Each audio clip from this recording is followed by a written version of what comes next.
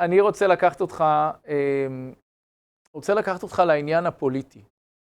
דיברנו עליו קצת פעם קודמת, קצת חילקת מחמאות לחלק מהפוליטיקאים. אני רוצה בכל זאת לאתגר אותך בשאלה שהיא באה מהציבור. היא לא באה ממני, גם ממני, אבל היא באה מהציבור. הרבה בציבור אומרים, לא משנה ימין או שמאל, גם חלק מהמרואיינים פה, אחד המרואיינים פה היום, איש חשוב, אני רוצה לראות את כל ה-120.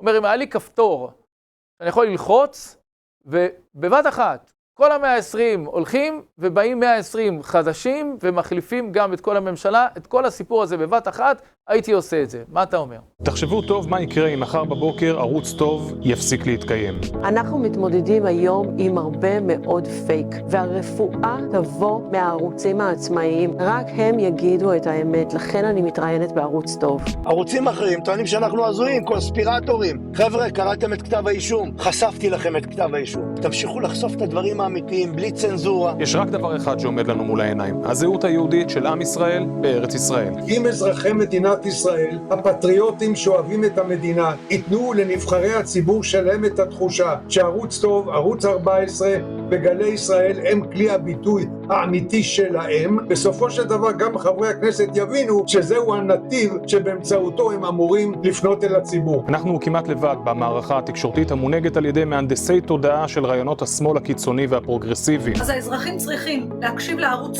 טוב ולערוצים שפויים שלא לוקחים חלק במיצג הנוראי הזה של תעמולה תבוסנית בזמן מלחמה. דווקא זה שכל כך תוקפים את הערוץ הזה, זה סימן טוב, סימן שהוא מתחיל להיות משמעותי. לחצו על הקישור כאן מתחת לנגן ותעזרו לנו להמשיך לעשות את מה שאנחנו עושים כל כך טוב.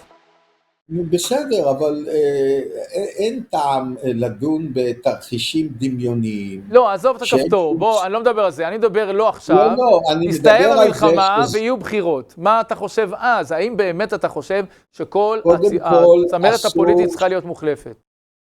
קודם כל, אסור שתהיינה בחירות לפני תשפ"ז חשבן, שאז ימלאו 4 שנים מאז שהיו בחירות בפעם או הקודמת. לפחות עד סיום המלחמה, בוא נאמר כך, לפחות עד סיום המלחמה. לא, בשום פנים ואופן, דרך אגב, כל אלה שרוצים עכשיו לעשות בחירות, אני מבטיח לך שאחרי סיום המלחמה, בכפוף לכך שהוא יהיה סיום טוב, לא יעיזו לדרוש בחירות, כי אם המלחמה תסתיים כמו שאנחנו רוצים, ואני אומר את זה הרבה זמן, הם יהיו בבעיה.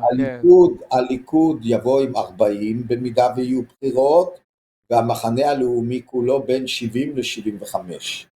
כן. אז כל אלה שנובחים עכשיו בחירות, ולמה עכשיו? כי הם רוצים בחירות שהאויב טרם הובס, ולתקוף את נתניהו, תראו, הוא מנהל מלחמה כמעט שנה, ולא הצליח להביס את האויב, צריך להעיף אותו. זה כל הרעיון הנפשע, השקרי, של אויבי העם מבפנים, שרוצים בחירות בשעת מלחמה. אגב, זה אותו אספסוף שמפגין גם בעד שחרור החטופים, והעובדה שהם רוצים גם בחירות מוכיחה, שהדבר האחרון שמעניין את האספסוף הנקלה הזה, זה שחרור החטופים. כי מי שרוצה לשחרר את החטופים, צריך להתרחק מבחירות יותר מתק פרסה. אבל הם רוצים בחירות עכשיו, ובכך הם כאילו מודיעים. אנחנו מצפצפים על כל החטופים, גורלם לא מעניין אותנו בכלל, אותנו מעניין רק דבר אחד, בחירות בתזמון נוח לנו, כדי להדיח את נתניהו. כן. אני הייתי רוצה ככה לקראת סיום, אם תוכל לתת לנו את המבט שלך על מה שמתרחש בצד הצבאי, לא במובן כאלוף במטכ"ל, אלא בהסתכלות של ניתוח, של אסטרטג, של איש ציבור. אתה מסתכל על עזה, האם אתה מרוצה ממה שאתה שומע בעזה, מהמהלכים שהממשלה נוקטת, כאזרח, איך אתה מתרשם כאזרח, ואותו דבר בגבול הצפון. תן לנו ככה לסיום את הראייה שלך. טוב, אז קודם כל לגבי הקשר בין עזה לצפון. 3 רבי דגנרלים, אחד אחרי השני, אחד גרוע מהשני, גנץ, איזנקוט וכוכבי. סגרו 13 חטיבות שריון, 13 חטיבות שריון, כן.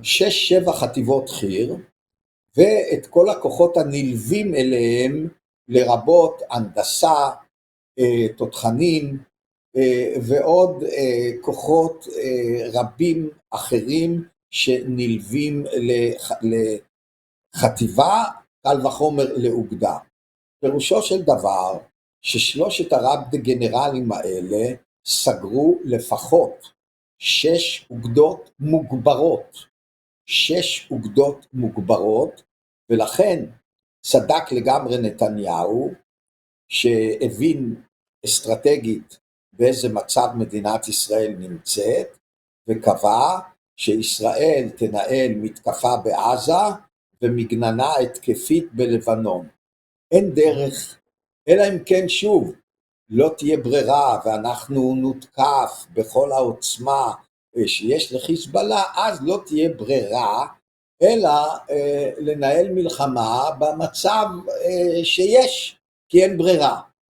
אבל כל עוד יש ברירה, וגם אם הברירה כואבת, אם תראו מה שקורה בגליל, ההחלטה קודם עזה ואחר כך לבנון חיזבאללה היא נכונה לחלוטין. זה דבר ראשון.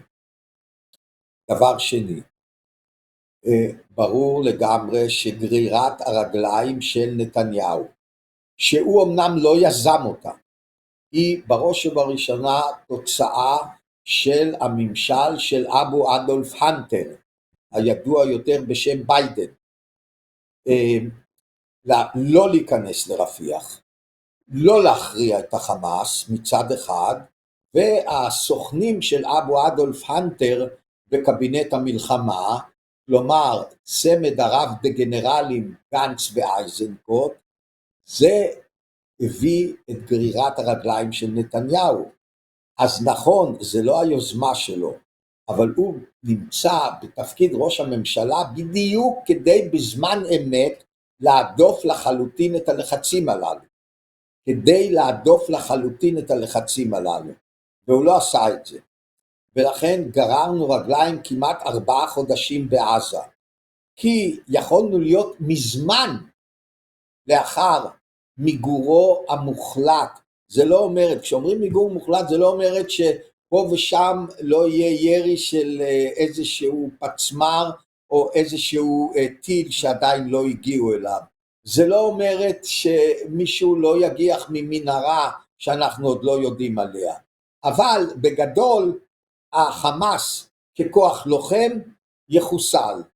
אני חושב שאנחנו בתוך מספר שבועות נגיע לכך, חרב גרירת הרגליים וחוסר הרצון של הרמטכ"ל להגיע לכך, של הרב דגנרל הזה, שגם לא רק אחראי על כל טיפת דם שנשפכה פה עד היום, מאז שמחת תורה שבת קודש, אלא גם מנהל את המלחמה באופן כושל ברמה מטכ"לית. המלחמה ברמה מטכ"לית, בניגוד למפקדי השטח ולוחמי השטח, מנוהלת באופן אסוני, ואני אתן דוגמה. הרב דגנרל וחבורת הרב הדגנרלים שסביבו, החליטו כשהתחיל התמרון הקרקעי, לשלוח 5 אוגדות לצפון בעזה, ואף אוגדה כדי להשתלט על ציר פילדלפי ורפיח. למה זה כל כך חשוב היה לעשות ביום הראשון של התמרון, להתחיל לעשות את זה? כי כל צבא, לבעת עם רבי דגנרלים ודגנרלים עומדים בראשו, יודע שאתה תוקף את צבא האויב, הדבר הראשון שאתה צריך לעשות, לנסות למנוע את צינור ההספקה שלו. כן. מהו צינור ההספקה של מרצחי החמאס? ציר פילדלפי ורפיח. אבל מאחר ובראש הצבא עומד רב דגנרל, ויש במטכ"ל כמעט כולם, אין אלופים, אלא דגנרלים, אלובים, שהביאו אותנו לשבת קודש שמחת תורה, אז זה לא נעשה. וכתוצאה מכך נפלו 10 אם לא למעלה מ100 חיילים. למה? כי סינואר יש לו את כל הדלק, את כל המים, את כל מה שהוא צריך, כי גם הרב דגנרל סירב להוראה של נתניהו, להביא, מלפני 4-5 חודשים, להביא תוכנית שתמנע השתלטות של החמאס על הסיוע שנכנס לעזה. ההימנעות הזאת של הרב דגנרל הזה, גרמה לנו לפחות 100 אבדות. לפחות 100 אבדות. זה ניהול המלחמה ברמה מטכ"לית. עכשיו, כמו שאנחנו... אנחנו צריכים לסיים, עורך דין שפטל, הטענות מאוד קשות. שנייה, עוד שני משפטים. כמו שאנחנו זלזלנו בטמטומנו בכוחו של החמאס, כך יש לי רושם, לא סתמי, שאנחנו מעצימים, ומי שעושה את זה, עושה את זה בכוונת מכוון, בכוחו של החיזבאללה. אני אומר שלהשתלט על דרום לבנון, וגם 20-30 קילומטר צפונה מזה, צפונה מהליטני, יהיה הרבה יותר קל מאשר ההשתלטות על עזה. הרבה יותר קל, וזה יקרה. על אפם ועל חמתם של האויבים מבחוץ, וסוכניהם סרסוריהם מבית. בעזרת השם, שנראה את עם ישראל מנצח. עורך דין יורם שפטל, אני רוצה להודות לך על הדברים שלך, תודה רבה. תודה על התודה.